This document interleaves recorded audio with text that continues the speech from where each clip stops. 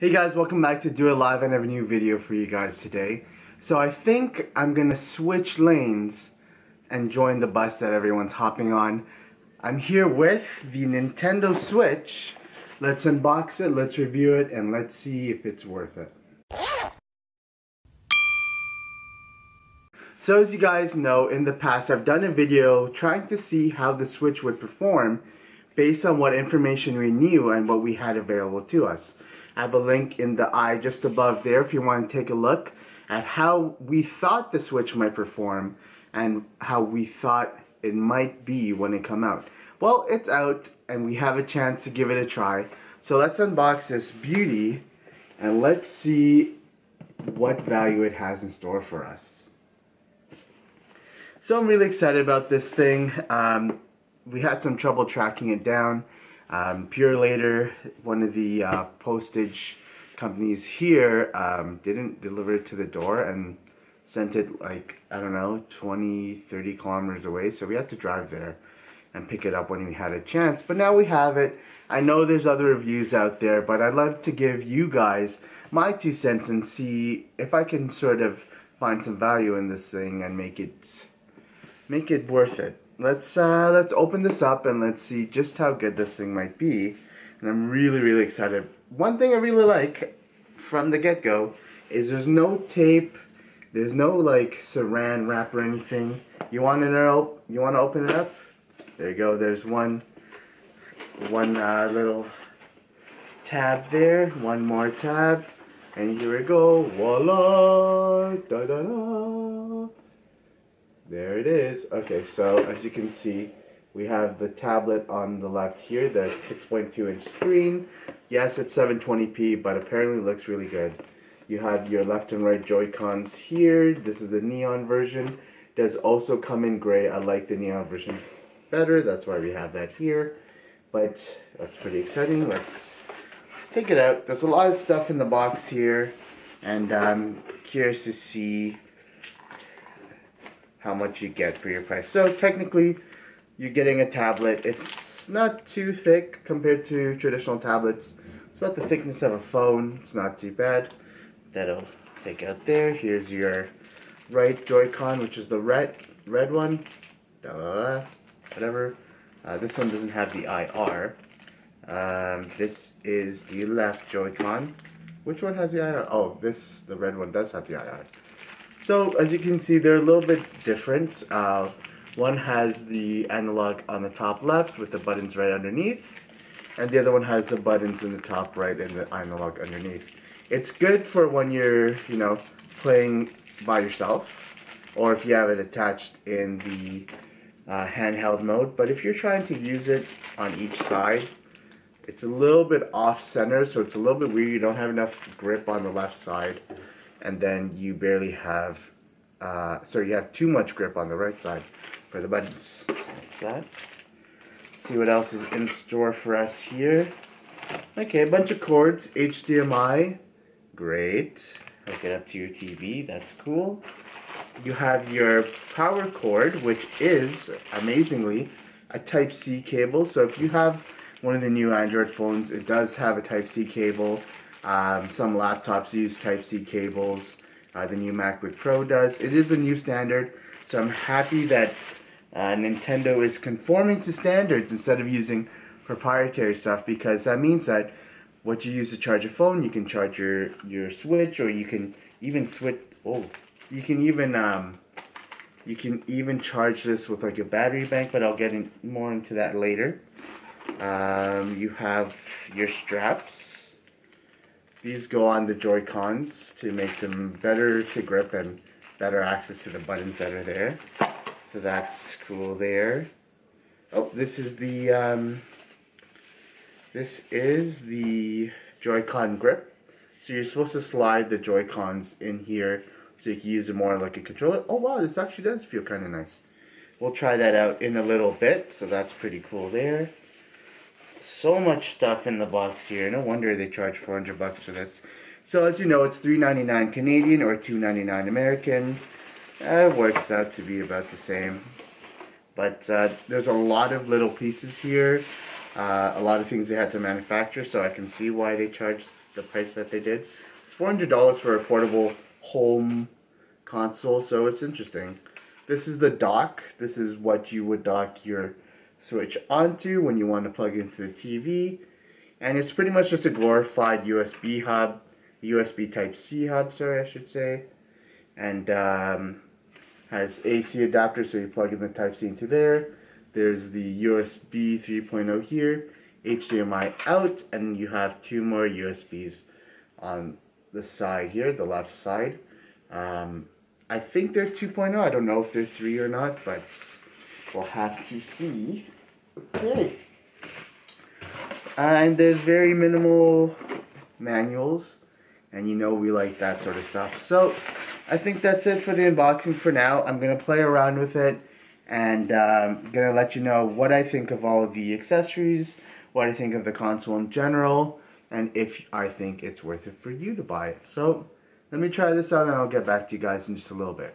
Okay, I'm going to try this out a little bit on my own time, but I'll get a little bit of it on camera so you guys can sort of see like the beginning aspects of trying this thing. This thing's pretty nice.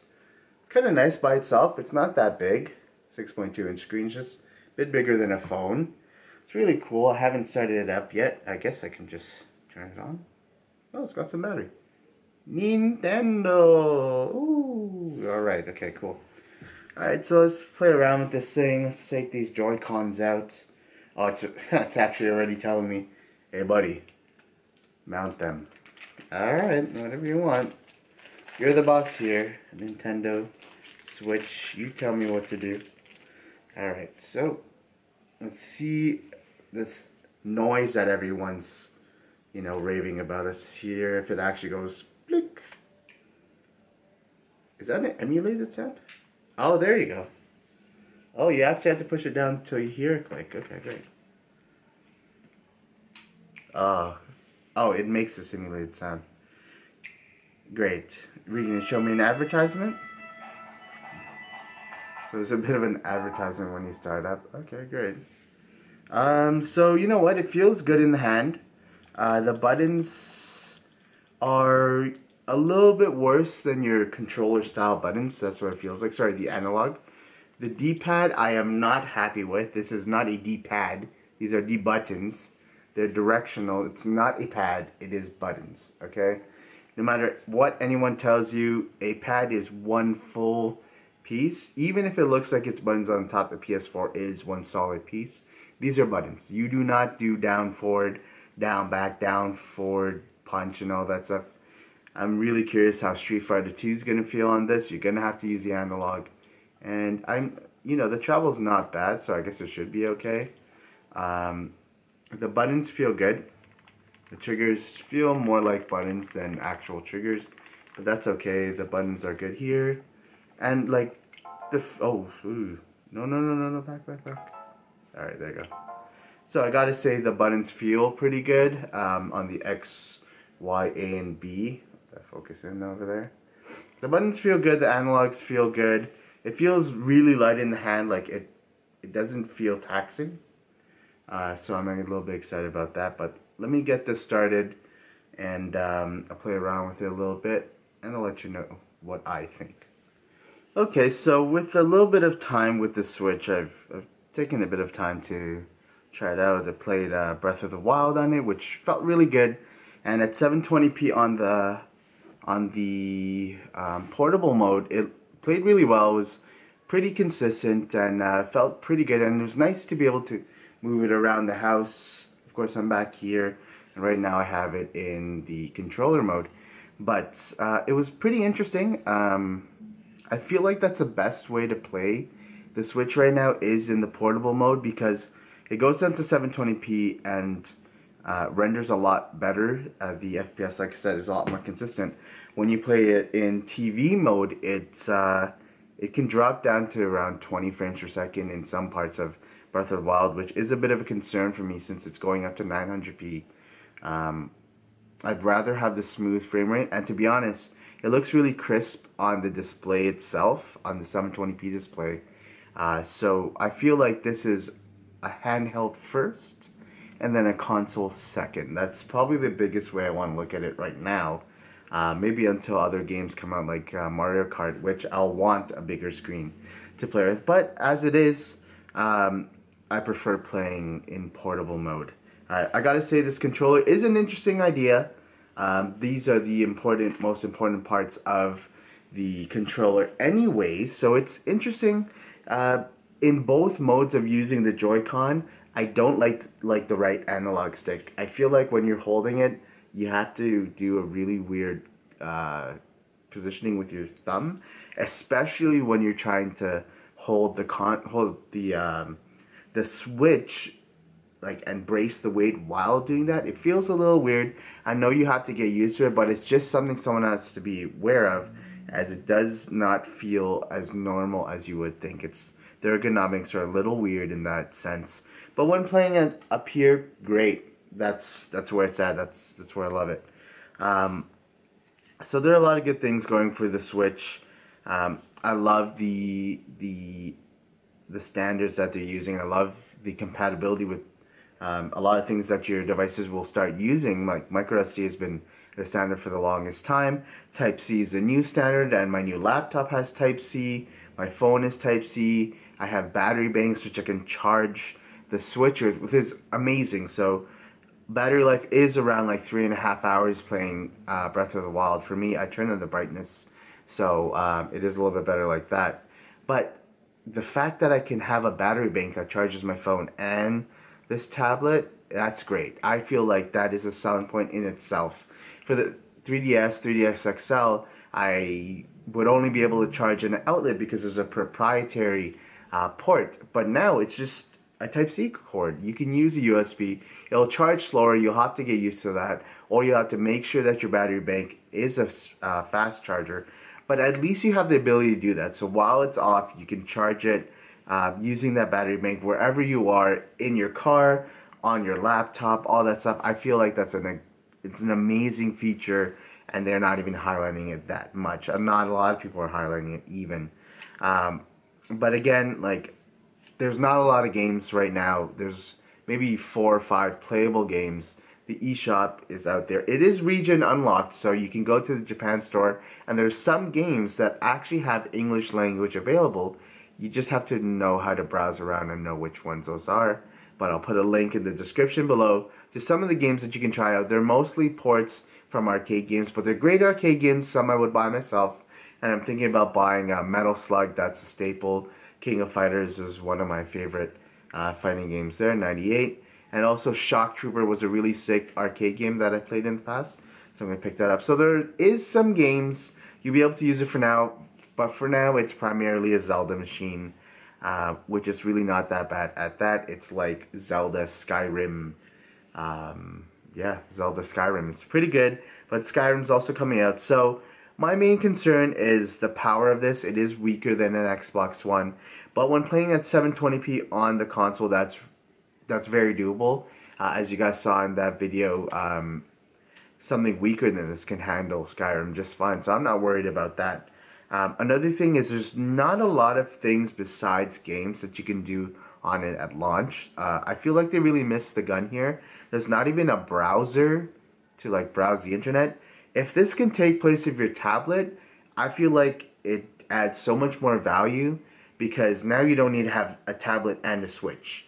Your Switch will be your tablet and your gaming console. That would eliminate tablets all over the place. And sure, it's a little bit small, but I feel like this is a really good size for a tablet to be, just slightly bigger than your phone.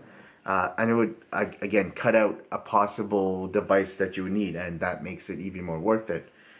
So I feel like they really need to up their features right now to make it competitive with not only gaming, but for like media consumption. At least my PS4 plays Netflix and stuff like that, and I can browse the internet. Not that I would, but at least I could.